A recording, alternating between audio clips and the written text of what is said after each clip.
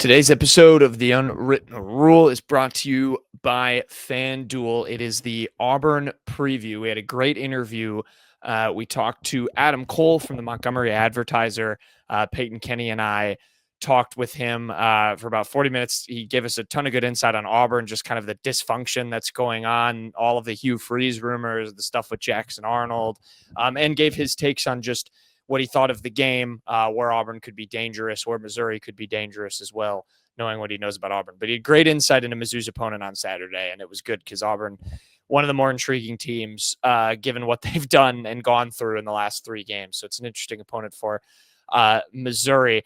I'm going to do the score predictions for all three of us here because we also talked about all of the wild recruiting saga and all of the recruiting wins for Mizzou. Kenny and Payton rounded that up, recapped that, broke it all down. So we'll go to that, and then we'll go to Adam, and then we'll have quick hits. So I'm going to run through a quick intro and some stuff for the Auburn game that we'd normally do, the three of us. And again, shout out to FanDuel. Missouri, some lines for you coming into Saturday's game. 1.5-point road favorites. Missouri is right now over on FanDuel. The over-under on this game set at 43.5, 10.5 Missouri first half points. I think this is the lowest over-under for a game, by the way, that I think I've seen so far this year between Missouri and an opponent, which makes sense. Two good defenses, two teams that I think can rush the passer. The over-under for Missouri in the game, 22.5. If you want to take the defense as an anytime touchdown score, that's plus 850. I promise one of these days I'm gonna share and maybe play in a parlay that includes a defense anytime touchdown score. It's got to happen at some point. Missouri to score every quarter, they're plus 300 to do it, minus 430 not to do it. Again, I think that's the biggest discrepancy we've seen there between a yes and a no in scoring in every quarter. A parlay I like, I did Missouri 1.5 and the over in their first half points at 10.5. That's plus 161. For both of those things to parlay them together. I kind of test drove that. I think it's potentially interesting. If the defense is really clicking and they get extra possessions, I think you could potentially see, I think 2 touchdowns is doable. And then obviously that 1.5 as well being the road favorite, parlaying that together is interesting. I'll throw some blue chippers. We talked about a bunch of these guys with Adam. I said Jackson Arnold in the first half. I think, with just how this Auburn team's broken down in the second half, I think that's brutal. Jeremiah Cobb, the running back, Cam Coleman and Eric Singleton, a couple of wide receivers, Keldrick Falk, the defensive lineman. He's going to be like a top 15 pick. He's really good. Adam talked a little bit about him. Connor Lew and Xavier Chaplin from the offensive line, Kerryon Crawford and Xavier Adkins, a couple good linebackers. Crawford's been really good for them this year. So again, we talked about more of those guys with Adam. And then score predictions. Kenny's score pick actually does not have, you cannot bet on it on FanDuel, but he went 35-24 Missouri. So Kenny, heavy on a high scoring game in Jordan Hare. Little spoiler for mine. I do not believe in that in the same way. Payton a little bit less, 27-7 Missouri. You can get that at plus 12,500 on FanDuel if you want to bet that is the exact score. And then myself, I went 21-10. I am not high on this game having a ton of offense, even though I said Missouri could cover and score over, I guess 3/4 of those points in the first half. I'm still not super high on this game being a big offensive showing. So I went 21-10. That is plus 22,500. So long shot odds, even more so on FanDuel for that exact score. So there you go. There's a little quick glimpse at Auburn. We get into it a ton with Adam Cole. And Kenny and Payton talked the recruits. So we will get into the intro, get you to that. Recruiting, Adam Cole, Auburn preview, and then quick hits. Pack show. Let's dive into it. The Unwritten Rule starts right now. Marcel, where are you going with that disc? You are not putting that on again. Marcel, okay, if you press that button, you are in very, very big trouble. Attention. Everybody stop what you're doing. It's time for The Unwritten Rule, a Mizzou sports podcast brought to you by the Believe Network, alongside Payton Haverman and Kenny Van Doren. Here is your host, Jack Knowlton.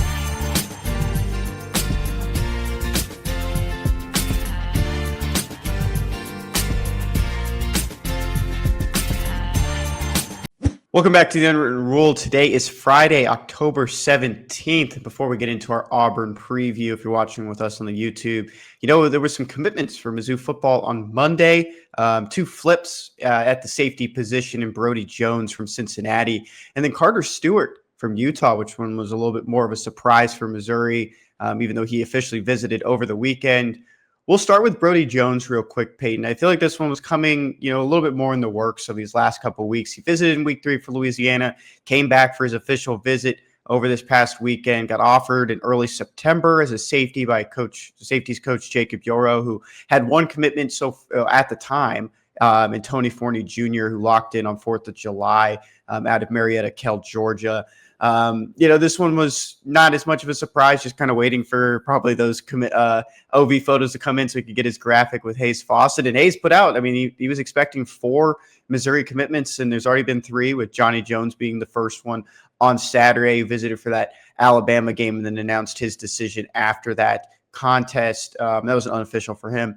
But Brody, coming in from Fayetteville, put up some really good numbers so far. One of the big things he's been noting is that sometimes he's not having a lot of stats just on like his videos that he posts on Twitter, because he's not really allowing many receptions so far. So it's been a big senior season for him. Got on the radar of some other bigger schools, Georgia Tech, Wisconsin, also in the fold. But that Missouri offer really stood out to him, and he's not far from home, committing to the Missouri Tigers.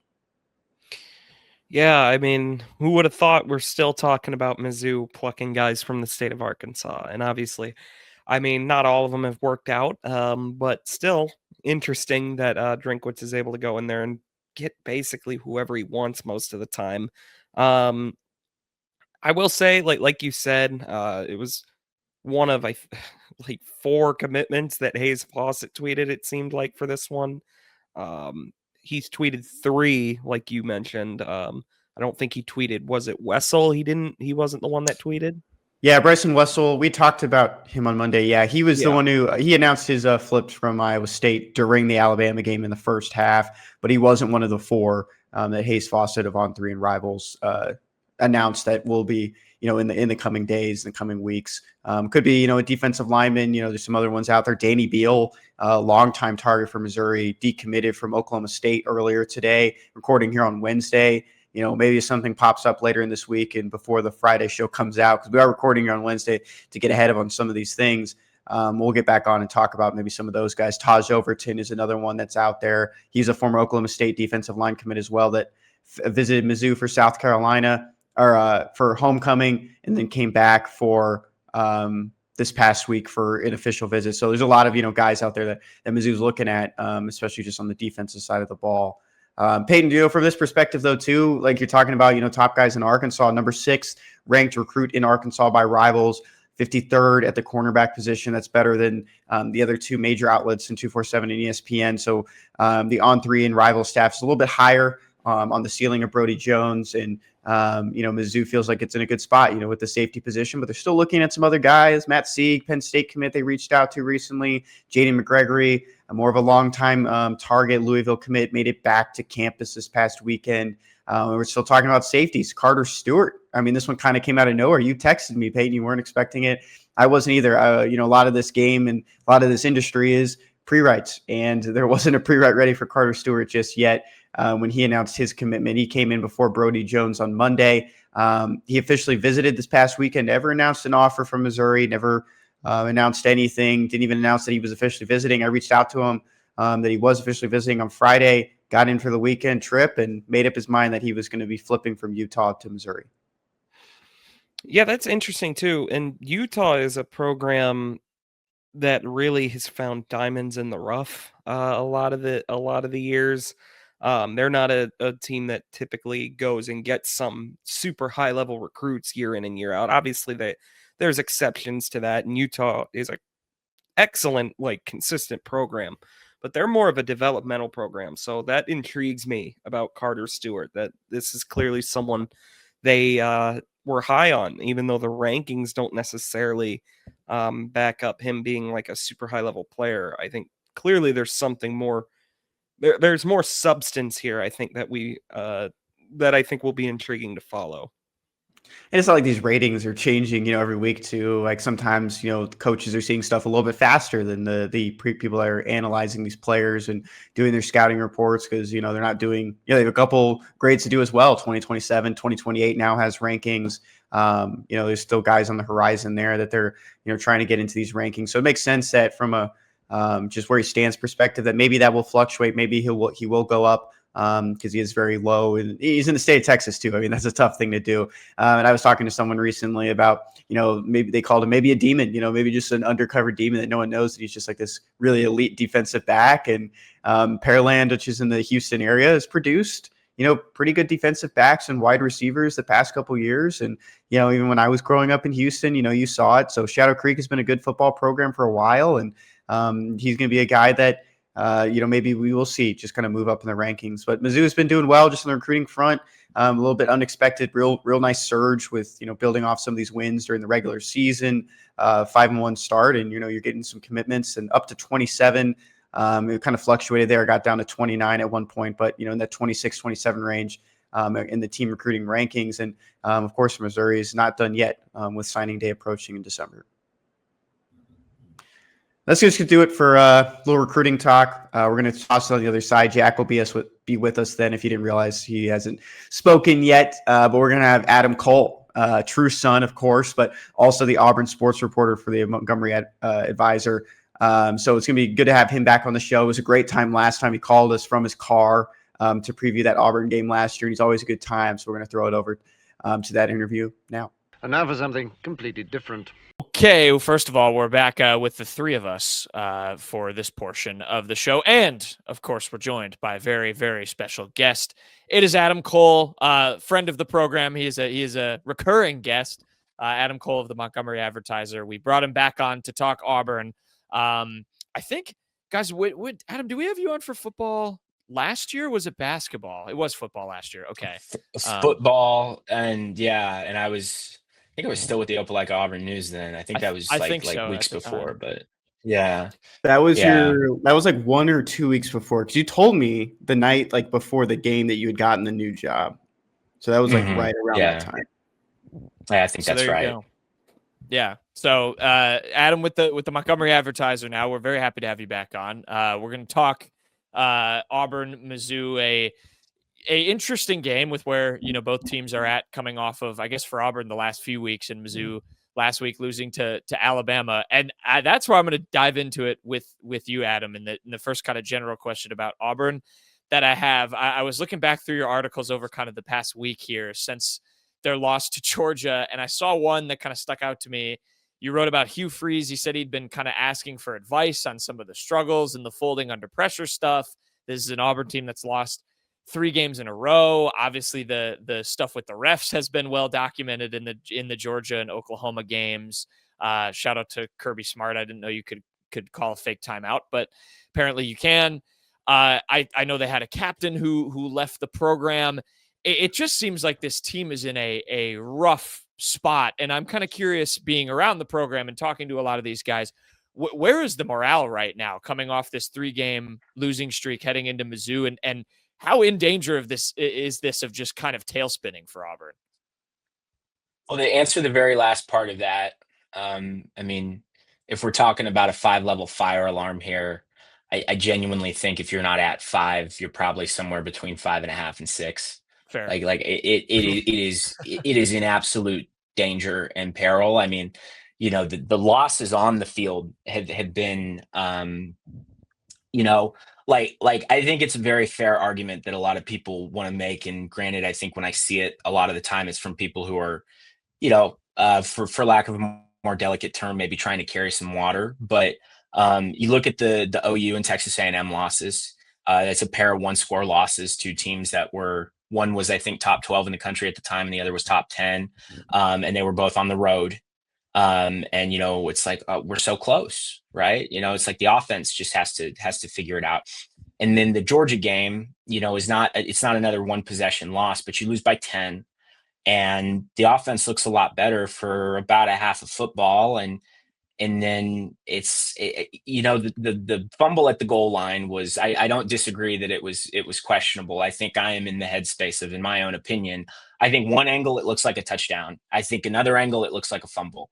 And I don't know that there was enough conclusive evidence that you could overturn the call on the field. My issue with it was there was no immediate call on the field.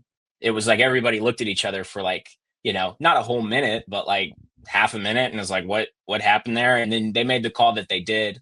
I don't think the call on the field was horribly wrong. But then you look at the replay, and the guy who recovered the fumble for Georgia never went down.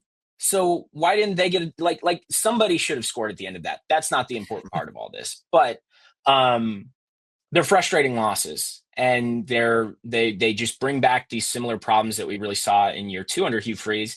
And then this week, like you mentioned, Damari Alston, 4th-year running back, team captain, is no longer with the program. And Hugh Freeze, I think the way that he phrased it was that Damari failed to live up to the responsibilities of the team. And, we know for the most part that this was not, a legal matter. I don't understand it to be this. I mean, I've checked the Lee County Sheriff's Office bookings. There is no Alston on there. And eventually, I mean, like he tries to backtrack on what he says. And he's like, I don't want people to think that Damari's a terrible guy. It was just a difference of opinion of how he could provide for the program moving forward. And that's all you needed to say off the rip. But you have this look now where halfway through the year and you're losing 3 games, a team captain, a guy who was elected by his teammates to lead this team, leaves. And you certainly don't do yourself any favors in how you handle it. I think this is right on the precipice, because we'll see. Like, we won't know for sure until this weekend and how Auburn looks in this game. I think as far as player morale goes, to answer that first part of your question, we talked to a few of them this week. And I mean, I think I give kudos to them. Like they all were, as PR as I think Auburn would want them to be. And I mean, expressed a lot of love and gratitude for Damari, but like they, at one point, they never said that this was about Damari, but like they were talking about the message after the Georgia loss, and that a couple of team captains had basically said, if you don't want to be here, then leave. We need to figure this out, and we need to move forward. And again, that was never a shot, certainly expressly at Damari Alston, but I think from what we've seen, morale doesn't look terrible. But at the same time, like, we're not going to know until this weekend. And the reality is, it's hard enough when you have these losses that are just same old, but if your players start quitting on you, and I spoke to somebody else on the Mizzou beat earlier this week about this, but like, I think a loss to Georgia is one thing, especially when the officials play into it in the way that they did. I think that's something that, the reputation that Georgia upholds in the SEC as it compares to Auburn that's a lot more acceptable, I think, for people in this area. I think Missouri is the best that it's been under Drinkwitz. I think this team, talent-wise, and what they're capable of, I think genuinely they could be better rankings-wise, record-wise than Georgia by the end of the year. But I think the reputation that Missouri carries of, this is not really like, this is, they were a recent addition to the league. This is not really an SEC school. That's not going to go over as well as a Georgia loss would, and if your players quit on you, if you lose to Missouri, if you lose in the same fashion you have, and certainly if you lose in blowout fashion, I don't know where it's going to go. There seems to be a vibe that maybe Auburn is, waiting as long as it can to fire Hugh Freeze, maybe reassessing at the end of the year. But this is not in a good place right now. And a lot has to turn around in very short time for it to get better. My favorite thing about you, Adam, is that you like The Simpsons. And I want you to give me like a comparison to maybe a Treehouse of Horror episode. I hate to put you on the spot, but I mean, is there just like any comparison to something that just kind of encapsulates how bad this is for Auburn right now? Oh my word. I think what a it's question. Season 5. No, this is a great question, and I'm shocked I even have an answer for you. It's not a whole episode, but it's a moment. I think it's Season 5, the Treehouse of Horrors, where Homer's time traveling. I think it's the Ned Flanders, the Ned Flanders dimension that he goes into. And there's one point where he comes up from the basement and everything is perfect and serene, and like he's talking to everybody, he's talking to Marge and his kids about, whatever, and everything's so awesome. And like, he's somehow donuts come up and they're like, donuts, like, what's the donut? And he freaks out and he runs back down into the basement and jumps to some other dimension. And then it cuts back to that dimension and it starts raining outside and it's just donuts. And that's, there's not a direct, like allegory I can make here, but like, I think the reality of it is the closeness. Right. Mhm. I think that's what I continue to go back to with this team. I mean, I was talking to somebody earlier this week who works on the scout side, like at the pro level, and like, this team was hyped up as a talented team coming into the year. I think this is a talented team. This person I was talking to was like, yeah, they're going to have probably a dozen guys on every franchise's draft board this year. This is a talented team.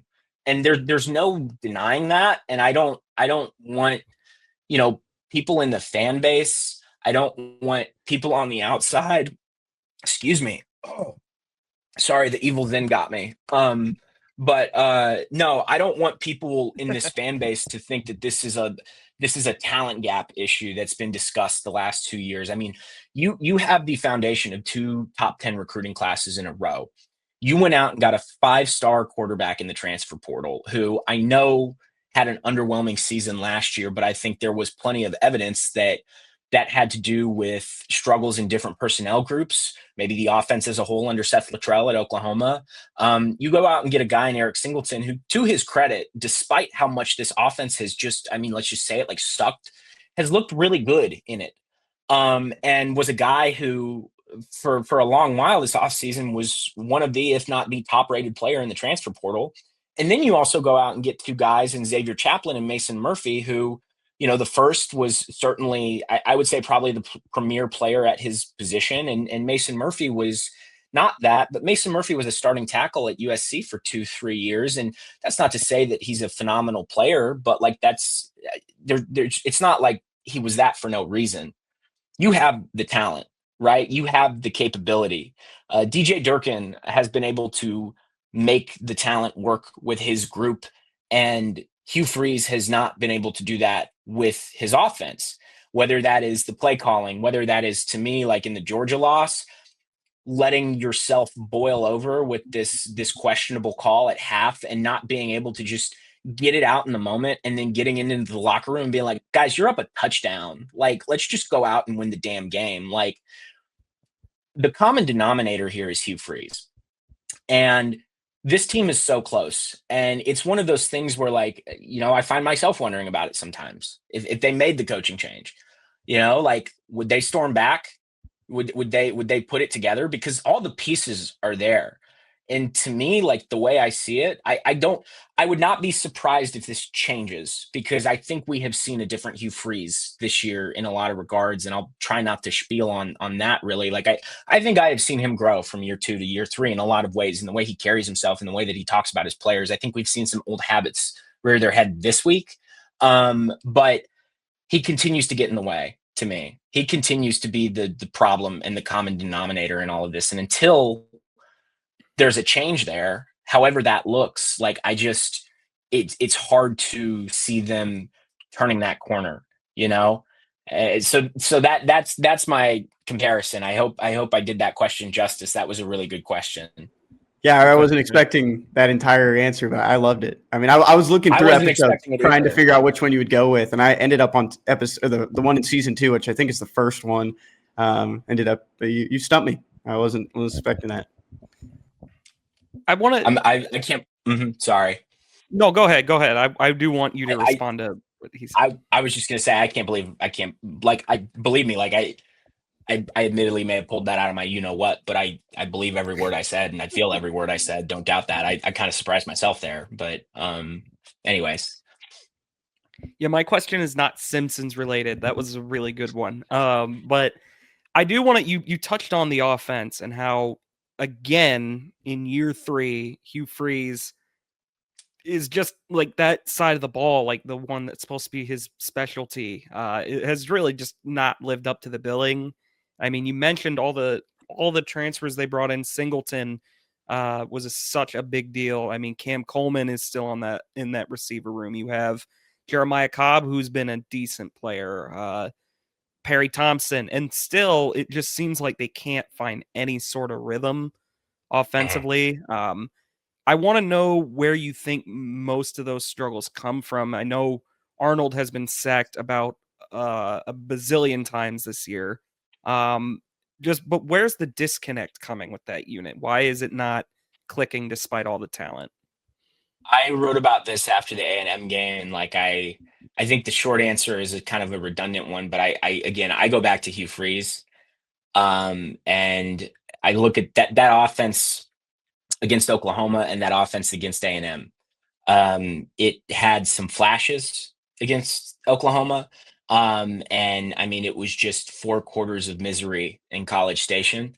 But the thing again that I go back to with I guess to this point of I do feel like I've seen a different Hugh Freeze this year, not throughout, because quite frankly, I think if we had seen it throughout, he has said this before, and he gets a bunch of eye rolls and people being like, "What the heck?" I don't necessarily think he's wrong, but the way that I would phrase it is, I think if he had done some things differently, I do think Auburn could be. I do think Auburn could be 5-1 right now, and it stands to reason that if the offense had this semblance of rhythm, they were down 3 points in College Station late in the game.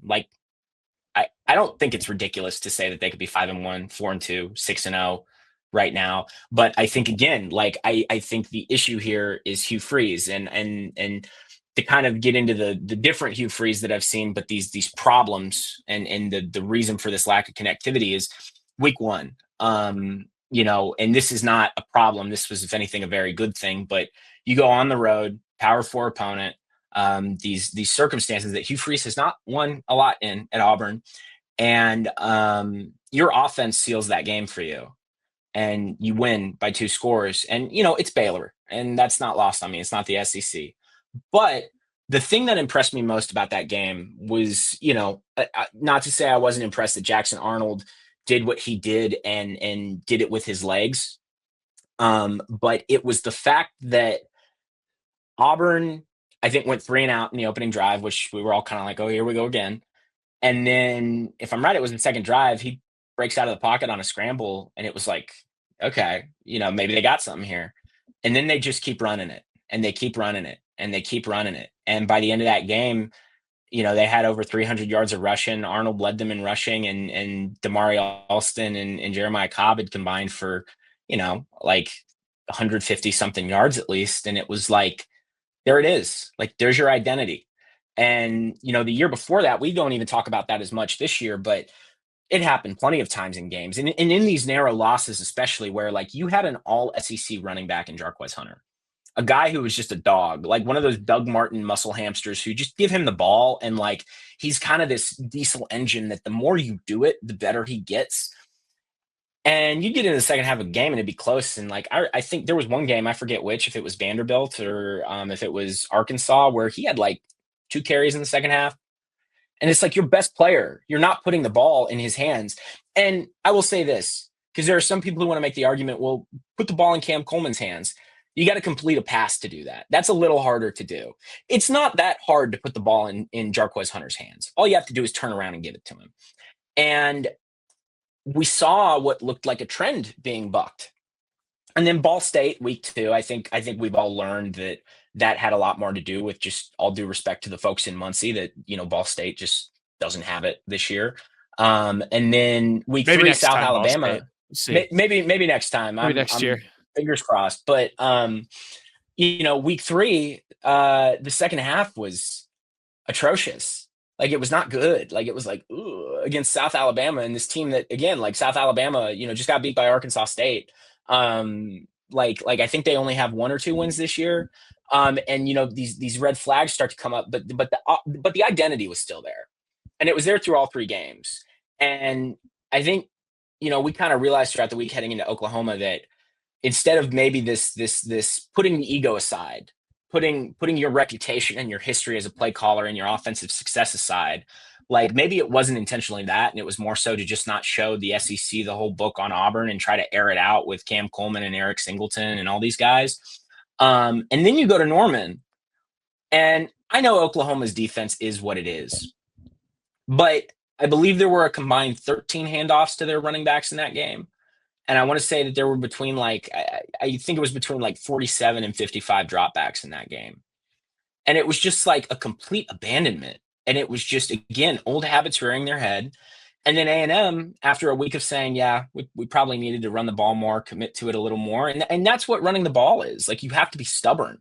It's not going to work out every time, but the more you do it, eventually a guy might bounce off a tackle and go for 25 yards, and suddenly you got juice, brother. And you didn't, I think it was 8 handoffs to the running backs in College Station. And so it was even less. And it looked really good for a half against Georgia. And then again, it falls apart, but it fell apart in a whole different font. And I think the thing I go back to is, as much as it's kind of been said, I don't think I think it had an impact on us, but I don't think it took our momentum out of it. I think a team is an extension of its coach. And I think Hugh Freeze lost his composure, and I think Hugh Freeze struggled to get it back. And I think by way of that, the team did. And suddenly you get outscored 20-0 after that call, and you lose another one that you could have won. And so when I look at this offense and then the lack of connectivity, I look at Hugh Freeze, I look at the lack of discipline to try to find an identity, to try to establish a rhythm, to abandon things or turn away from them at the first sign of, lacking results. And, I go back to kind of I think the deeper we get into this, the more there are inevitable questions of, will Auburn make a quarterback change? I don't know. That might happen this week, depending on how things go. But I look at the sacks, right? There were 21 sacks through the first 5 games. There were 17 penalties on the offensive line. I think some of those, certainly, you'd be crazy as a head coach not to go back and reassess and think, okay, do we need to move some players around? Quite frankly, after that, I was happy to see that there wasn't a personnel change, because again, I go back to this talent that you have. But I don't know what you can expect from Jackson Arnold. And I don't know what you can expect from Xavier Chaplin or Dylan Wade or Connor Liu or Jeremiah Wright or Mason Murphy when you show no dedication to running the ball. And by way of that, give defenses an out to say, they don't run the ball. Why are we going to sit there and, maintain rush lane integrity? Why not just pin our ears back and go after the quarterback on every single play? Who gives a crap if they're running play action? Because they're not going to hand it off. They don't do that. So, I don't know what he has expected. And again, I think we've seen some of the old habits rear their head this past week of, we're calling the right plays. Our guys just have to execute that kind of thing. And I think there's a level of credibility to that because of how things looked in the first half against Georgia. But that's hard to maintain if you're not going to just let it go officiating wise and what happened there. You got to let it go. It's the whistles when they don't go your way. It sucks, especially in the way that it has for Auburn this year. But you were up a touchdown. You took the lead in the fourth quarter against A&M. You had a crazy defensive play happen in College Station that put you within a field goal of tying the game late.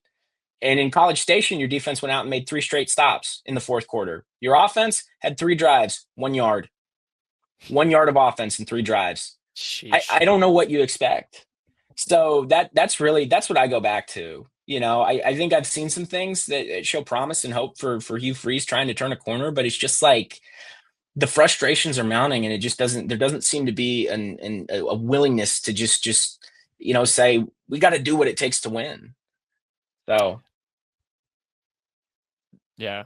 Yeah, it's so interesting. I mean, it makes them, the way you describe it, is one of the more intriguing teams in the country because of all of this talent. And yet, it seems like 2 steps forward, 1 step back, getting in their own way. And I want to ask you now, when you look at this matchup and look at it purely from a matchup standpoint, other than the Auburn, kind of shooting themselves in the foot piece, this was a game preseason, Adam, when we picked our record predictions. I kind of thought for Missouri, I kind of thought they'd drop one of these 2 on the road to Vanderbilt or Auburn. After 6 straight home games, you go on the road, 2 tough places to play, 2, I think pretty talented teams like you just talked about with Auburn. But when you look at this matchup, where do you see, and I don't know how much Missouri you've gotten a chance to watch, but when I looked at it preseason, I saw these, the Singletons, the Cam Colemans, Jackson Arnold, if he can get it going, this is a pretty vulnerable Missouri secondary. I know they've got a legit top 15 prospect in Falk on the defensive line. So you mentioned there's some talent there. When you look at this game, if Auburn can string together kind of two halves of football, what areas do you see them maybe having the most success in against Missouri and maybe being the most vulnerable against what Missouri's brought this year? I think the things I to continue the upbeat rhythm of my comments, the things I could probably speak to most are the vulnerabilities. But like, I look at what Missouri brings up front, the production they've had rushing the passer, and that's something that inevitably people are talking about and going to continue to talk about here with the problems that reared their head through the first 5 weeks. But the other thing I look at too is, like, if I'm right, I think they're definitely number one in the SEC, and if not number one in the country, top 5 in like run defense. Missouri is. Yep. And when you have found success for Auburn, you have done it by way of establishing it. And I think it's fair to say you're probably going to have your toughest test yet of being able to do that matchup wise and statistically and personnel wise. And so I think that's an area where if Auburn, if they abandon it quick again, because, first 2 drives, they're not able to get the dirty runs that turn things into 3rd and short and whatnot. Like, I think you're going to run into some problems real quick. And I got to be honest with you, like, I don't really know where Missouri's defense stands when it comes to like defending the pass. I don't know that it's necessarily a super porous thing. I don't know that it's one of the best in the country. You guys would know better than I would, but like, shaky, the thing that's to say the least. Shaky. So I mean, that could be a place where maybe Auburn turns a corner. I think the thing that people have looked at a lot this last week or so is, a lot of Auburn's success through the air, and a lot of what we saw in the first half against Georgia was kind of short to intermediate routes, checkdowns, things like that. And again, they were successful. I don't think, you shouldn't abandon something if it's doing you good, and it was doing Auburn great. But like, there is, again, this temptation to give into Cam Coleman is Cam Coleman and Eric Singleton's Eric Singleton. And, even, Payton, you point out Perry Thompson. He had a really good game against Georgia, probably his best game yet. And I think he's a guy who Horatio Fields got injured earlier this year. And that was a huge blow, because I think Horatio Fields established this reputation in preseason camp of Mr. Dependable. It looks like Perry Thompson's coming on and hopefully turning a corner. And so, do you give into this temptation of trying to break open these shot plays? And if you're not able to do that, where the heck does this offense go? I think as far as Auburn's defense, I think they have some of the similar strengths that Missouri does. I mean, that front 7, Keldrick Falk is Keldrick Falk. And I think that's all I really have to say. Damn good player. And he's going to play in the league for a long time. But another guy who doesn't get as much chatter is Keyron Crawford, who I believe is still the team leader in sacks. And he was a guy who transferred in from Arkansas State last year. And, people kind of made the comparison of Jalen McLeod was one of their most, if not their most productive pass rusher last year, had transferred in from App State a couple of years ago. And they're 2 very different types of edge rushers. I mean, McLeod reminds me a lot of just like, I think he was like 6'1" on a good day, and the wingspan wasn't crazy. And I think it was more so the bendability and the short yardage and short area quickness that he could kind of bring that made him really productive. Keyron Crawford's like, 6'6", and has the wingspan of a basketball player and has that archetype. Only had 1 sack last year. And so Keyron has turned this huge corner and looks great and looks awesome. And I think, that's going to be a thing that I'm really intrigued to watch, because it's great to rush the passer, but when you're playing a guy like Bo Prabula, who I haven't looked at the stats, but just in watching him play, I mean, that's a guy who, when Jackson Arnold's doing good, he is able to get out of the pocket and kind of create plays, whether that's runs or whatever. And I think Prabula does that probably more effectively than Arnold does. And so, are you able to rush the passer first and foremost? But if you're able to do that, are you able to contain him? I think that's going to be interesting. And I mean, gosh, I would probably look like the biggest idiot in the world if I didn't get off of here without talking about Ahmad Hardy. I mean, the best running back in the SEC. I mean, he came to Auburn last year with Louisiana Monroe, and I mean, that was a blowout, but like, he still looked like Ahmad Hardy. Like that was a guy who we were all like, he might be playing here next year, like that kind of thing. And so I know if I'm right, he didn't have a great week last week against Alabama. Nope. Was that the whole game, or was that just kind of they shut him down in the second half? Alabama, we kind of assessed that really thought kind of sold out on the run, but it was the whole game. I think he had 14 for 52. And it didn't help. Auburn just really kind of threw Missouri off because Missouri likes to hold on to the ball. They like to have these long sustained drives. Alabama totally controlled the time of possession game. I mean, just the whole way. Yeah. And Missouri got thrown off. Yeah. And I think Auburn, when Auburn's good, I think Auburn's doing that. I don't think that's what Auburn wants to be, but I think when Auburn's good, that's what it does. It holds on to the ball. It runs these long drives. I mean, that was the thing, is like the first quarter, I think there were 3 possessions total. Like I think Auburn's opening drive was a scoring drive. It took like 7.5 minutes, And so I think that matchup is another one that's going to be interesting to watch, because I don't think Auburn's Missouri, but like they have been really successful at stopping the run and shutting down the run. And then I think, this is less matchup wise, but situational. Just some of the things that I'm really looking at are like, there's been this discussion all week of, how do we do this for 4 straight quarters, right? And I think the thing that you've seen is, even though Auburn's defense has looked really, really good in moments like late in games, they have not looked as good. And I think that has a lot to do with the fact that their offense has given them nothing. But, when you get down to crunch time, what is it going to look like this week? And the other thing that I'm intrigued by too, that I'm sure, is getting discussed in Columbia, is in the first place, how the hell did Missouri get away with playing 6 straight home games to open the year? Like, how does that happen? Like, that's crazy. Excuse you, they did a mock road game at Lindenwood, so that's not true. They started the year at Lindenwood before the season started, so this actually isn't the first road game. The secret scrimmage. Secret scrimmage. Against each other, but on the Lindenwood campus. They didn't play the Lindenwood kids. Still, I don't think they'd allow that. Mind-blowing. But, 6 straight home games, and they've played 3 SEC games now, right? Or 2? 2. So it's South Carolina and Alabama. Yep. And, you play one team that's Lenora Sellers. That's all I can tell you about South Carolina. Yeah, that's all you need to say. For better or worse, Lenora Sellers. And then Alabama, I mean, I think Alabama's going to win the SEC and look like the best team in the country by the end of the year. Like at least the best team in the SEC, if not the best team in the country. I think Simpson's my Heisman pick now, I think. Yeah, like he's looked great, like since that Florida State loss.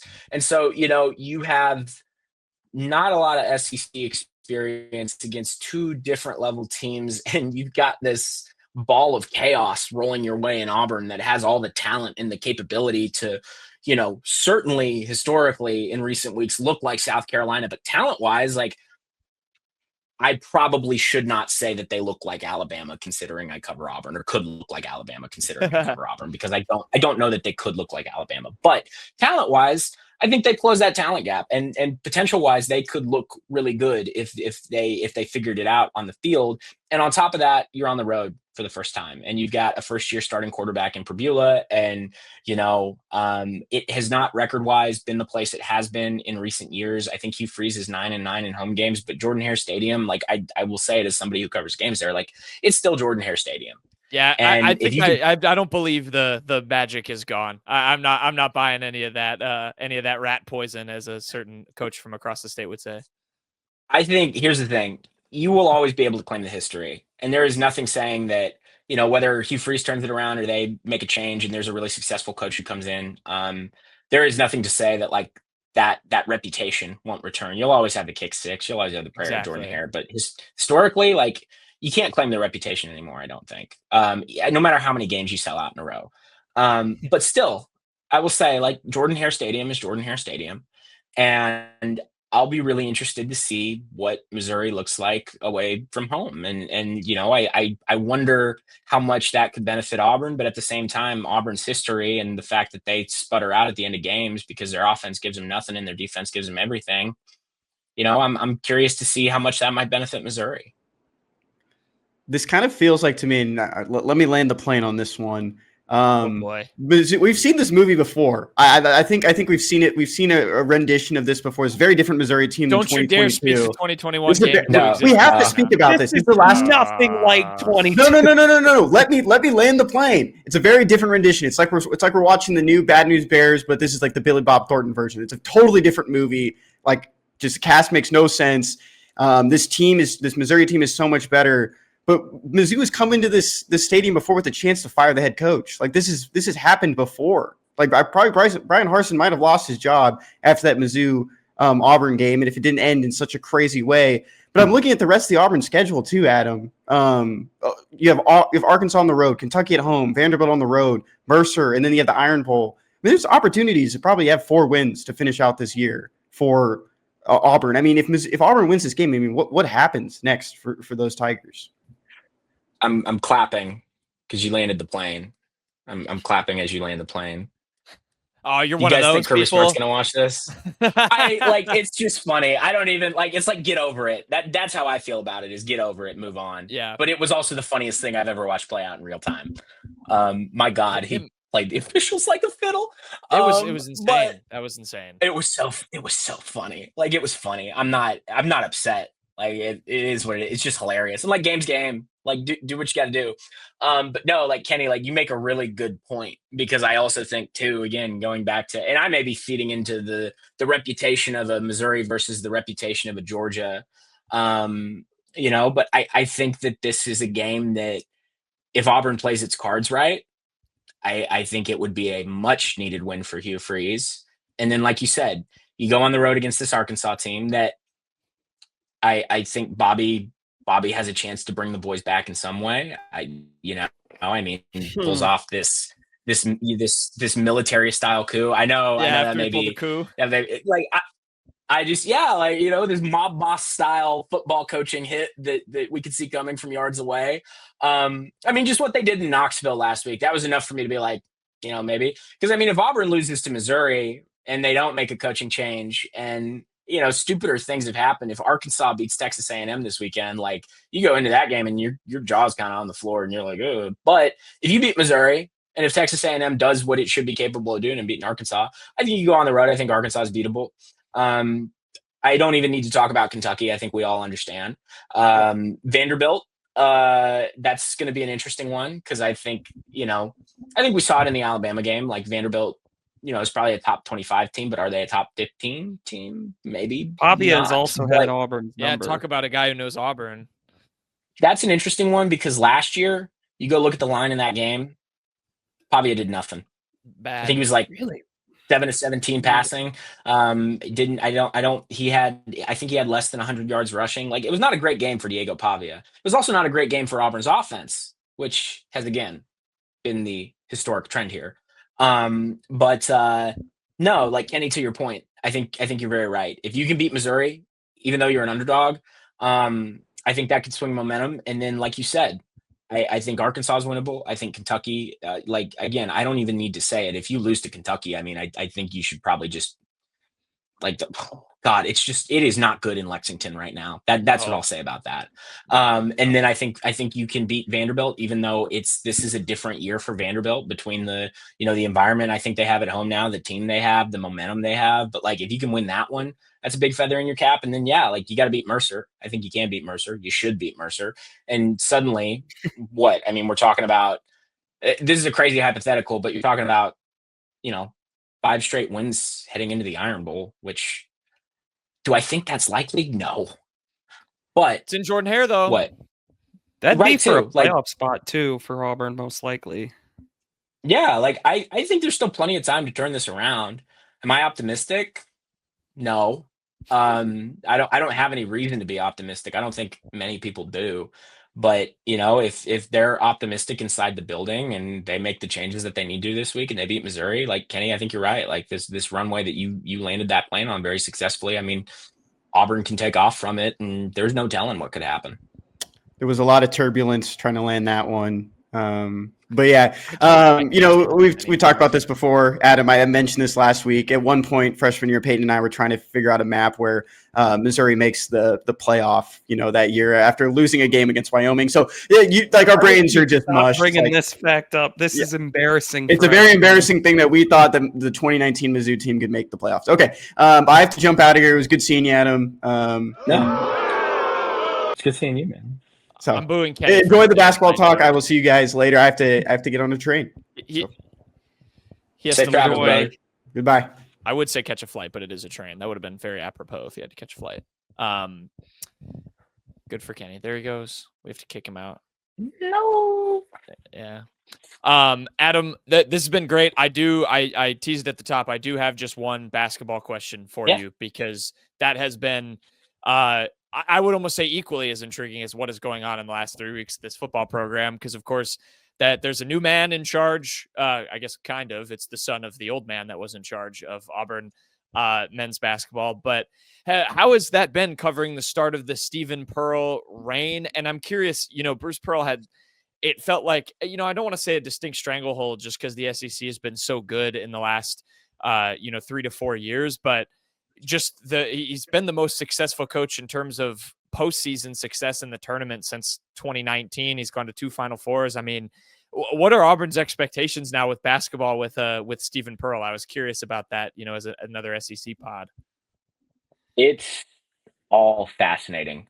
And I think you feel a lot better about it than you do the football program across the street, and I mean, obviously a lot of that plays into the fact of where the football program is now. But I think, again, like you look at the basketball program historically, what it's been, and I think, a perspective and a take and a question that I think is a very fair one to ask. I've seen raised a lot, especially, from members of the media and who aren't boots on the ground here every day. I think it's a fair question, whether it's those folks or even folks who are boots on the ground, but the nepotism question, right?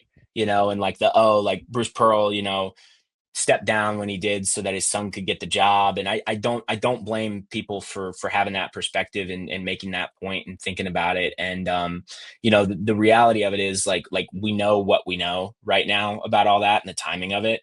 But I do think that just from being around this program the last couple of years, I think there's always been kind of an unspoken understanding that, let's say this took more of a standard, exit in terms of the coaching cycle. Let's say at the end of the year, Bruce Pearl's like, I got to my second Final Four. I put this place in a great place. Like, I'm going to step down. I don't know what it would have looked like, but again, I think the unspoken understanding around here has been that even if he did not get the job, Stephen Pearl was going to get a very serious look at this, if not get the job off the rip. And I don't think that's a silly thing, regardless of the timing. I think with the timing, it would have been a silly thing for him to not get the job, because who the hell are you going to hire right now?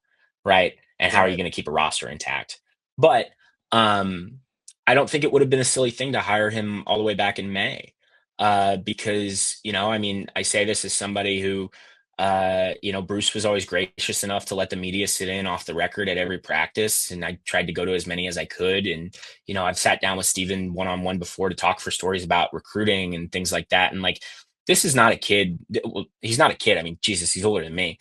But this is not a guy who was just on Bruce Pearl's staff because he's Bruce Pearl's son. Even if I was not around for this, even if it may have started that way, which it didn't, because he was a strength assistant. He was in the front office. And then eventually, he moved into this assistant role. This is a guy who, in scout, on-court decisions, and game planning, recruiting the transfer portal, which I would say is where their biggest success has been, has had a lot of impact. And I think, I understand everybody who makes the argument of maybe Stephen Pearl should have gone and cut his teeth at the likes of, say like a Murray State or whatever. I think that's a fair point to make. But this is a guy who, as much as the point gets made of, he watched Bruce do this for 30 years and he's watched it up close and personal for the last 11. I get that. But like at the same time, like with what he has done in the last, I think he joined that staff like in the way that he did in maybe 2017, like in those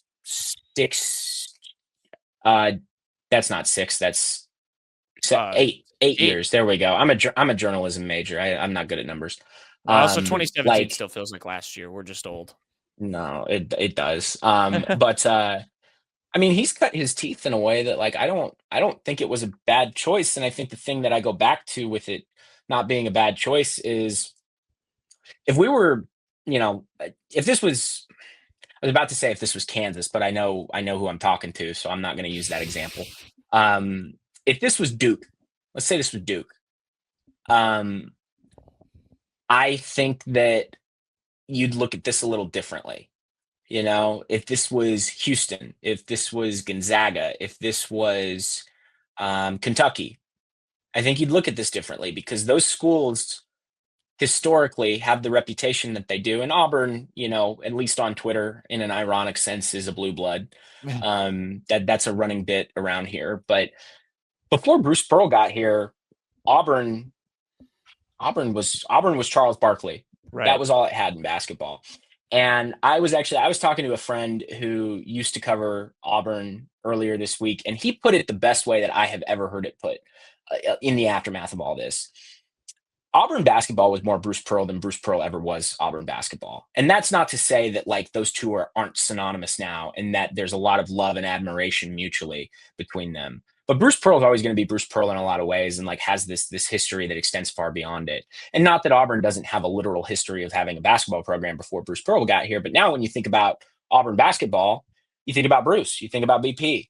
And, this was a guy who built it all up. And even if back in May he had stepped down and John Cohen says, well, like we're gonna do a search and bring in an outside hire.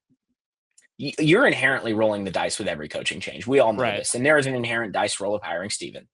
This is his first year. Is he going to learn in the way that he needs to learn?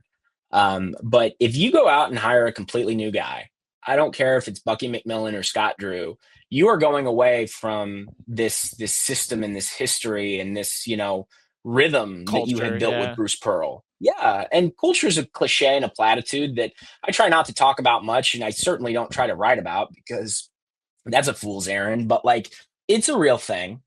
And I think the best coaches do that. And I think this speaks to that of like, again, with the timing, like there wasn't much else Auburn could do with the timing, but like you keep this staff together, you elevate the guy who, yes, is Pearl's son, but was the associate head coach and was kind of ran point on recruiting the transfer portal. And, Tahad Pettiford said it yesterday at Media Days. He was like, I would have been here last year if Stephen Pearl was the head coach. He was like, I wasn't really going to go anywhere. Like when this change got made, like I didn't really entertain it because like I wanted to be at Auburn. And, even if Stephen was the head coach, like I would have been here last year. And so I think that, I'm going to be shocked. The thing that's going to shock me is if Auburn backslides this year. Mm-hmm. I don't know that they're going to be what they have been this year. And I mean, part of that too is you don't have Janai Broom. You don't have a team with 10 seniors. Yeah, I was going to say, I don't think people have that expectation or would have had that expectation if Bruce was still there. But I think that Stephen Pearl is going to be I think he's going to be successful at Auburn. I think he's going to win games at Auburn. I think he's going to take Auburn to the tournament with frequency. And I think the other thing that people also like, I think people will start to talk about this more down the line, but like you look at Todd Golden and what Todd Golden's done at Florida. And before Todd Golden was at Florida, he was at San Francisco. And before he was at San Francisco, he was an assistant on Bruce Pearl's staff at Auburn. That's true. And, him and Stephen Pearl talk about the fact that they're best friends. And like, I'm sure Todd isn't trying to give him anything that allows him to, beat Florida, game in and game out. But like the blueprint of what Todd Golden has done in short time at Florida is something that Stephen has witnessed from where he is, but also has a direct ear to. And I think that's another thing that may play very interestingly into all this. And so, I know I'm preambling and I have not answered the main question here, but as far as the expectations for this year, I think above all else, you don't want to backslide. I think, that's if you can contend for the top of the SEC, that's awesome, but make the tournament, win some games. You've got this non-con schedule that again is a gauntlet. And I think that might be beneficial to you in the long run. I think it was the Final Four team at Alabama a couple years ago, wasn't sitting in a good place after non-con, and they had a similar gauntlet, but like they needed it because they got into SEC play and they were what they were, and they were phenomenal. And I wonder if that could, I don't know that that means that Auburn's going to go to a Final Four if it's, floating near 500 after non-con, but like, I think it could be to their benefit. They played in an exhibition last night in Birmingham against Oklahoma State that went to overtime. And, I don't know that Oklahoma State is picked to finish even in the top half of the Big 12, but for what it's worth, it's an exhibition. Teams that are supposed to be really good sometimes look really not good in exhibitions. And I would say Auburn definitely had its struggles and its problem areas that like it'll have plenty to assess and work on moving forward. And they have another exhibition. I want to say it's in the next 2 weeks against Memphis. That should be another help. But like you saw the elements and like you saw the pieces that like we kind of talked about in the offseason. I mean, Keyshawn Hall, the way that he took over that game late was insane. You can see why that's a guy that they went and got. I think there's got to be a little more learning of like, Auburn's always been so system. Hold on, Adam. We have an interruption. What are you doing? What is going on here? He's back. Oh, he's back. No, I'm still waiting for my Uber, so I thought I'd jump back in the show right now and just be here just for the end of it. Well, Can you give your Uber driver the phone? Keep going. Yeah, I'm on my phone. So kind of to the Keyshawn Hall thing, like I think you kind of saw it last night, like and understandably, I mean the places he's been, like I think he's had to be kind of a one-man show, and I think you got to learn a little more of like this system, and whether that is building the system around him or not. I think there's some things that have to be worked on. Their defense, certainly left a lot to be desired, but like they managed to storm back and tie that game late, and I think they shot like 38% from the field and 30% from 3-point range, and they still scored I think like 95 points. And it's like you got an interesting thing brewing in that cauldron. And like, if they can figure it all out and put it together, like I think they can be a good team. I don't know that they're going to win the SEC. I don't know that they're going to make the Sweet 16 or the Elite 8, but like, I think they'll win some ball games, and I think it'll be fun. And I think it's a pretty good starting off point for a year one head coach.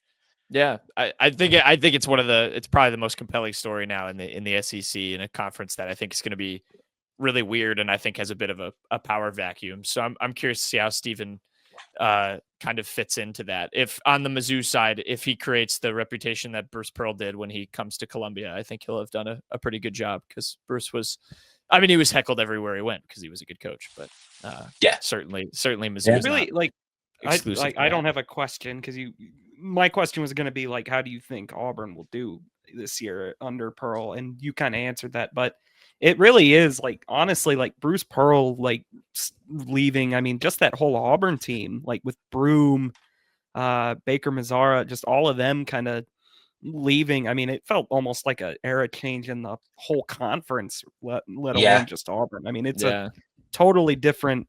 I mean, it's like you got Calipari is still in the conference, obviously, but new place. Rick Barnes, I guess, is kind of that old. He might turn to dust before the year's over. Yeah, we don't know. Mike White's been around. You guys watch Smiling Friends? Yes. That's going to be Rick Barnes.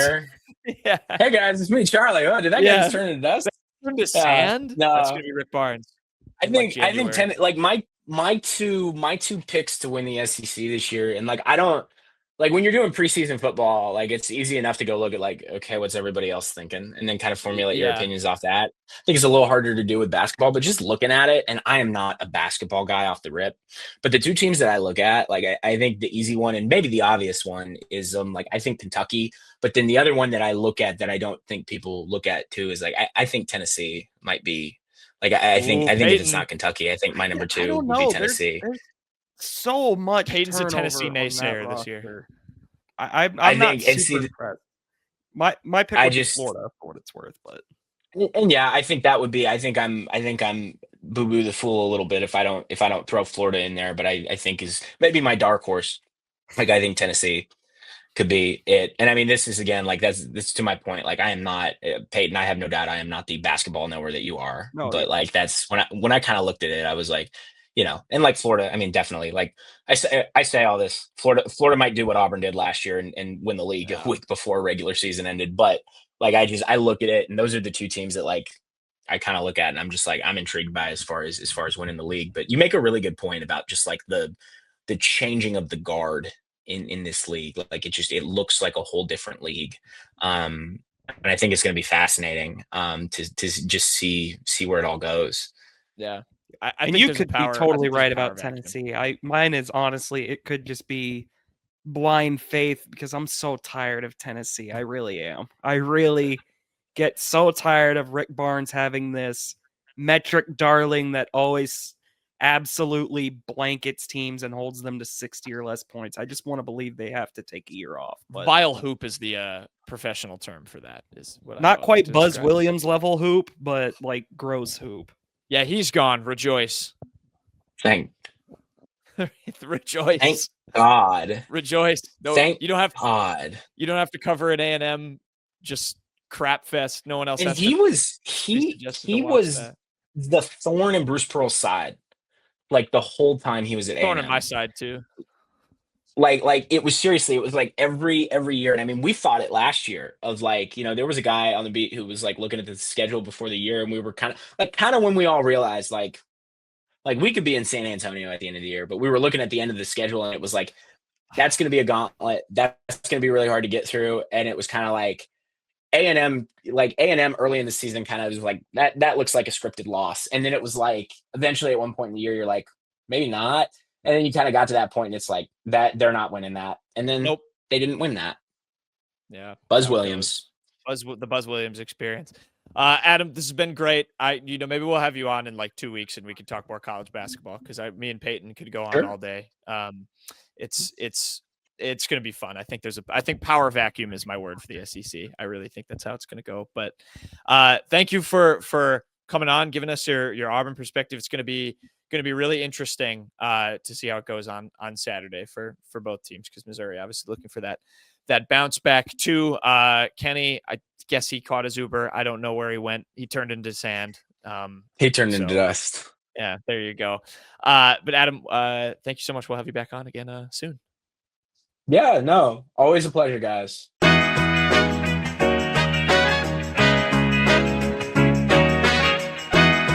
All right, quick hits time. Just Payton and I for this segment again. Recording on Wednesday, just heads up. Okay, my jersey of the week, Payton, goes to Tristan Reed. Joe Tipton over at On3 and Rivals, college basketball reporter. He tagged me in this post about Tristan Reed's top five, his final make five. You feel good? No, it didn't make me feel good that I got tagged in it. It kind of scared me for a second because I was just laying on the couch. I thought my day was over. And I was like, oh, man, another commitment. It was Monday. And I was just like, this is going to be the third one that I'm going to have to post today. And I just thought it was funny. So, I mean, no surprise. These are all the five schools they officially visited this fall: Michigan State, Ohio State, Mississippi State, Missouri, and Maryland. No timetable on a commitment, but that's the expected group for Tristan Reed, who played the last 3 years at St. John Burroughs in St. Louis, but he's at Linkier, 4-star center in the state of Missouri. Come on, Tristan. Make this just the most obscenely hyped freshman class Missouri has had since the MPJ year. Come on. This is... Go ahead. Last one that Mizzou's waiting on. This is it. The 2026 class. Now, if they don't get him, do you think they pivot to anybody or are they just done? I think they're done. I think they'll probably try to address maybe a big kind of power forward center like himself. Like there's some guys in the 2027 class. Dawson Batty that we've talked about in the Dallas area at St. Mark's. He's someone who probably has a very similar build and maybe skill set to Tristan Reed that might, help fill that void. They'll probably still go after Dawson no matter what, if they get Tristan Reed or not. But those are two big 4s, 5s, that very athletic that Mizzou has liked in these upcoming cycles. Michigan State scares me. When Izzo wants a guy, he tends to get him. So here's hoping. That would be very, very fun. I've joked all the time 2026 is the real year. Like 2025 is pretty much practice for Mizzou basketball. I'm totally joking. That team can make the tournament. But, the freshman class already is so stacked. This would just be icing on the cake. What is your jersey of the week, Payton? My jersey of the week is actually going to go to a women's basketball commit. It's Natalia Hodge. She is Kelly Harper's, I believe, first commit of the 2026 class. They had a really cool commitment video where they had a FaceTime, I'm guessing, between Natalia and Coach Harper. and they had both perspectives being filmed, so they had them kind of spliced together. It's a fun commitment, pretty highly rated most places. So, I mean, you could almost say this is like Kelly Harper's Ennis Rakestraw commitment moment. Like she's getting really hyped in the video. It's kind of similar of the Drinkwitz Ennis commitment. Yeah, I agree. I was thinking that it was something along those lines. She's not running out of the room like the Ennis one, but pretty close to, the excitement level. It seems like they were just in a regular meeting too. Like all the assistants were a little bit, shocked as well that news dropped then. Payton, what is Jack's jersey of the week? Jack's jersey of the week is going to go to Damon Wilson because he was actually put in a first-round mock draft by ESPN. He's mocked. This is a really the funny part. He's mocked to go 31st overall to the Indianapolis Colts, which means ESPN kind of has a Colts Buccaneers Super Bowl projection here. And I get, obviously, that's not what they're saying. It's based off records and everything, but still kind of funny. But I'll be honest. I mean, Damon Wilson has been like unbelievably good. Like, I think we knew he would be good. I said before the year, like when we were talking about the best, most talented players on the roster, I thought Damon Wilson was that. But I mean, it's been even more than I think we were expecting. And I'm not surprised to see him get this kind of draft buzz. Yeah, me neither. I think we all kind of expected maybe if everything works out for Damon Wilson, this be a one and done deal with Missouri, just coming over from Georgia. Now you don't really. By the way, this is Jordan Reed's mock draft. I think that should be pointed out, not Mel Kiper or anything. Mm-hmm. And I think from that perspective too is like if he goes to the NFL, it's a big boost for the program. You're very excited. Staff would be elated to see Damon Wilson, another first round edge rusher for Missouri as well. Brian Early continuing that from the staff beforehand too, and Kevin Peoples. Yeah, Kevin Peoples too. But yeah, I think that would just be, a big boost to the program. You don't have to worry about someone trying to steal Damon Wilson from you. I don't think you'd have to worry too much. He seems very locked in with Missouri, but if he's going in the first round, he's going in the first round. Yeah. Payton, what's our next segment? I like no capping. He's the main bird. It's Shawnee's main bird of the week. That's the smoothest when it's literally, because notably these 2-man quick hit segments with you and me are well produced. I think that's the smoothest that's ever gone off. Yeah, I didn't even know you had it ready. So that's a little like pulling the curtain back. I thought we could just pull it off by not even telling people that we didn't have that ready. But I mean, that's not really how the show works. I wasn't even ready for it, so I'm glad you had it. My Sean East main bird of the week is Sean East. This was a little bit of a surprise. The main bird himself. No, he is not the main bird himself. Okay, the guy that says main bird himself, Ronnie DeGray, is the main bird. Yeah. Sean East had a great season in Canada and earned himself a spot with the Utah Jazz for the preseason. Signed Pedro Bradshaw as well coming in. But Sean East, I mean, with the Edmonton Stingers, was averaging 23.3 points per game, 4.8 assists, 4.9 rebounds, and 1.9 steals, and 31.1 minutes per game. So playing, performing really well. We talked about it before how well his seasons were going up there. I mean, Edmonton was posting him left and right, so we got all the updates. But it's pretty cool to see. I mean, he's really bet on himself and proved himself. And you don't see many guys from Canada, come down, from the Canadian League into the NBA. We don't know how long this will last for Sean East, but it's really cool to see, just another Missouri product, work his way up, even, just like how he did in college. Agreed. I mean, I always look at his journey in college: UMass, Bradley, John A. Logan, Missouri. Like he's used to this kind of turbulence. What is your Sean East main bird of the week? My Sean East main bird of the week is going to be Josiah Trotter. If you're looking for the bird connection, his father was Jeremiah Trotter, who played for the Eagles. So there you go. He was added to the Lombardi Award midseason watch list. No surprise there. I mean, he's just been a menace, particularly against the run. He's been a good pass rusher too, which I think is a slept-on ability for a linebacker. And I think what's really encouraging is that he still, I think, has so much room to grow. I mean, he can grow so much as a in pass coverage. I mean, he's not. He's a redshirt sophomore, so not even close to being a finished product. It's interesting. It's the Lombardi Award honors the outstanding college football lineman. Is that right? No, that's incorrect. It's linebacker. Yeah, come on now. Probably just took the old one and didn't change it. Yeah. Yeah, this is cool because, from the same perspective, his brother is a Bird connection too. He plays for the Eagles right now. Along with what you're saying about his dad. So we talked about him being on, the watch list at the beginning of the season, continuing to play well. Good thing they don't look at PFF coverage grades. Sorry, I just took that shot, but it's still been a great year so far for Josiah. Yes, please don't take this to be. Oh no, it is. The Lombardi Award is presented to College Football Lineman of the Year, according to the LombardiAward.org. So that's interesting. I'm gonna make sure he's actually on this because that's really interesting. He is. That's yeah. They have a bunch of linebackers on this. I guess if you line up on the line, and that's interesting. I have to look more into that. Yeah. Moving on. Jack's main bird of the week, Payton.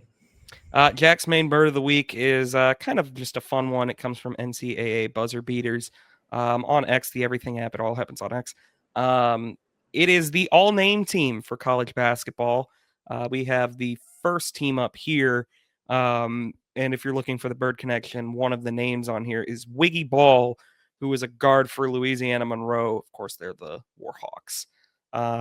Got guys like All Right here, the guard for Xavier. I believe Mizzou was linked to him at one point when he was in the portal. Always Right, a guard at UTRGV. Po Boy King, that's a good one at Sam Houston. Chandler Bing is a forward for Vanderbilt. A Vanderbilt team I expect to be very good. Tennessee Rainwater he's a forward for your Lemoyne Dolphins, Kenny. Yeah, do you know who Chandler Bing is, Payton? Yes. He was on Character Friends. Yeah. Okay. Just want to know. It's kind of cool. Yeah, here's the second team. If there are any standouts for you. Caillou, a center for Bradley. That's fun. Trayson Eaglestaff, of course. Thought we were going to see him in the SEC this year at South Carolina, but he's now at West Virginia. And honorable mentions. A lot of good ones here. Spud Webb, that's fun. Theodore Pendergrass III.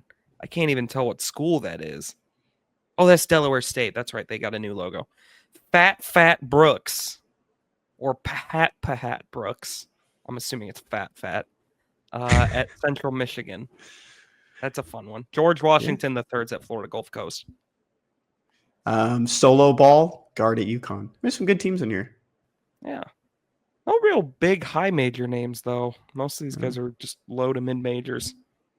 That's an unfortunate. Oh, well, we got Cool Attack at Oklahoma. Yeah. All right, moving on. Your baby of the week. Or no, this is your best thing. Best thing I learned of the week. We almost made it through without a hitch. Best thing I learned this week. Mark Mitchell was on the preseason All SEC second team. No surprise there. I expect Anthony Robinson to wind up on the All SEC team as well. But Mark Mitchell is obviously, I think, the big guy that everyone circles on Mizzou coming into the year. It's so interesting, to see him with his new cut. No headband. I think it looks better than when it was fully buzzed like it was before. It kind of does. It gives him an edge. Yeah. He's coming back. He'll grow back. My best thing I learned this week. I forgot to tell you guys this.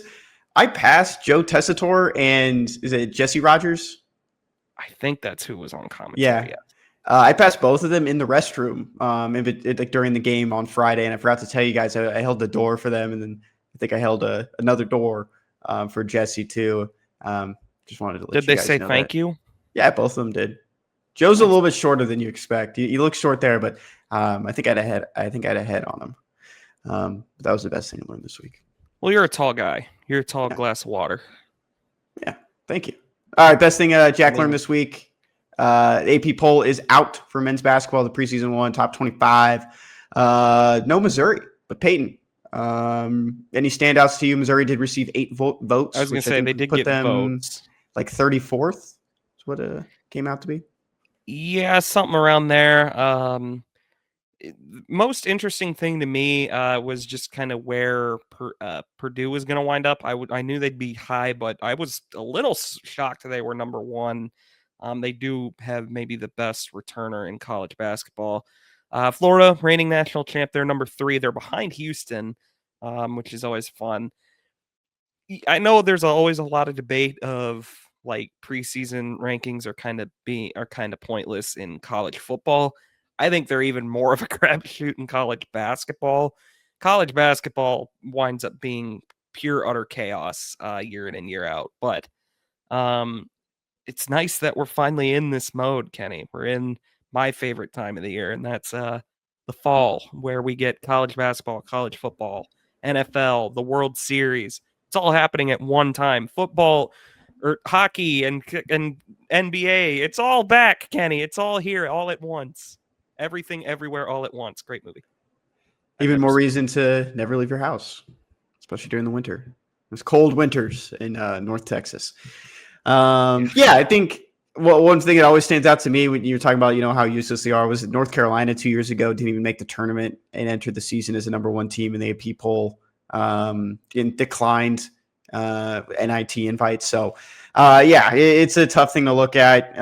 It's just all projection on what they think these freshmen will do for teams that performed well last year. I'm very excited for the season to get going. It's time for best beats. Let's look at the outcomes so far. Jack is 4-2. I am 4-1, with one of mine being a future, so that's not anything to worry about right now. Payton, you were 2-4. Took Jaguars. Yeah, I'm not really putting a lot of effort into these. We'll I'm screwing up big time. Jack's got a Sunday game.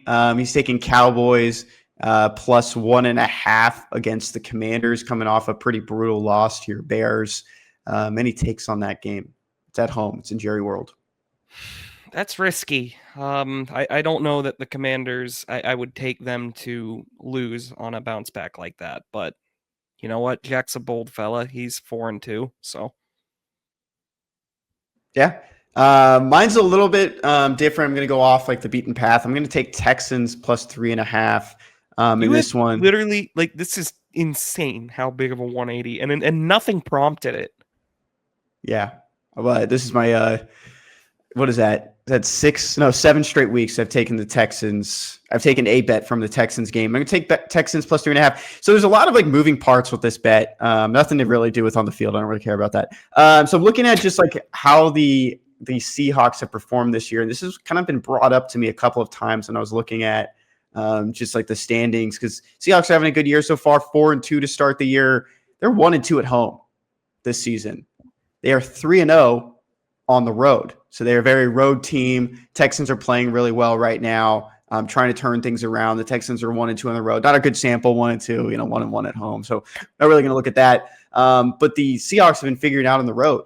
Some of those home contests, they haven't. Let me pull up the scores right here. Give me a second.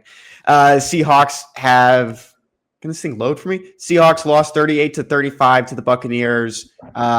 Lost 17-13 at home to the 49ers. So it just hasn't been the best home slate so far. But when they've played the Mariners, when the Mariners have overlapped, the Mariners have won every single time. And that's not also a good thing, because everyone's going to be worried about the Mariners. The 12th man is erased from those games. That would also have to mean that the Mariners go to, let's see what it is, Game 6 against the Blue Jays. Of course, the game will be on the road in Toronto if the game is needed. But that's also still in my mind that there might be some people more focused on the Mariners right now, and the 12th man might not be present. I'm going to take Texans plus 3.5. I'm going to take the Dolphins plus 2.5 against Cleveland because I think they'll win. That's it. I thought I wanted to follow up your thorough analysis with my just snap take. No, that's good research and probably over analyzing it a bit, Kenny, but I appreciate that a lot from you. Isn't that the point of this show? that is the point of the show. And we're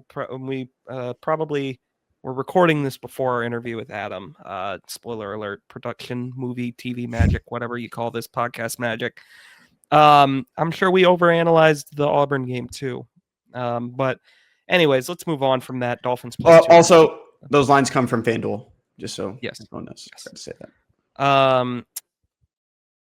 This one comes from our favorite TV series, The Today Show. Kenny, why did the nose feel sad?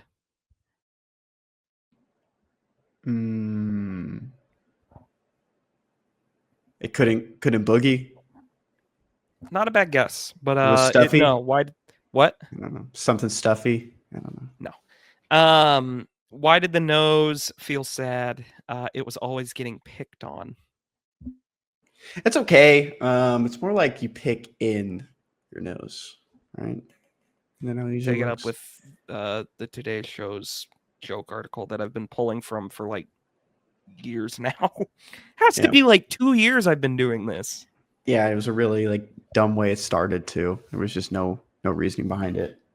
I look at that. I think NBC there was. pillow I think it was because you were saying the it. Today Show wasn't a TV series. Yeah, because it's not. It's news. It's a news programming. It's a TV series. Okay. There's a series of shows that play in a row. It's a TV series. That's going to do it for this episode of The Unwritten Rule. Probably have everyone back together. You guys will do a recap, I assume, of the Auburn game this weekend. If it's just Jack, if it's both of you, you'll get it together. I'll be there. I will not be there. I will not be at the game. I'll be in Chicago. I'll be on the move. But that's going to do it for this episode of The Unwritten Rule. Enjoy the weekend. Enjoy the first road game for Missouri, and we will see you next time.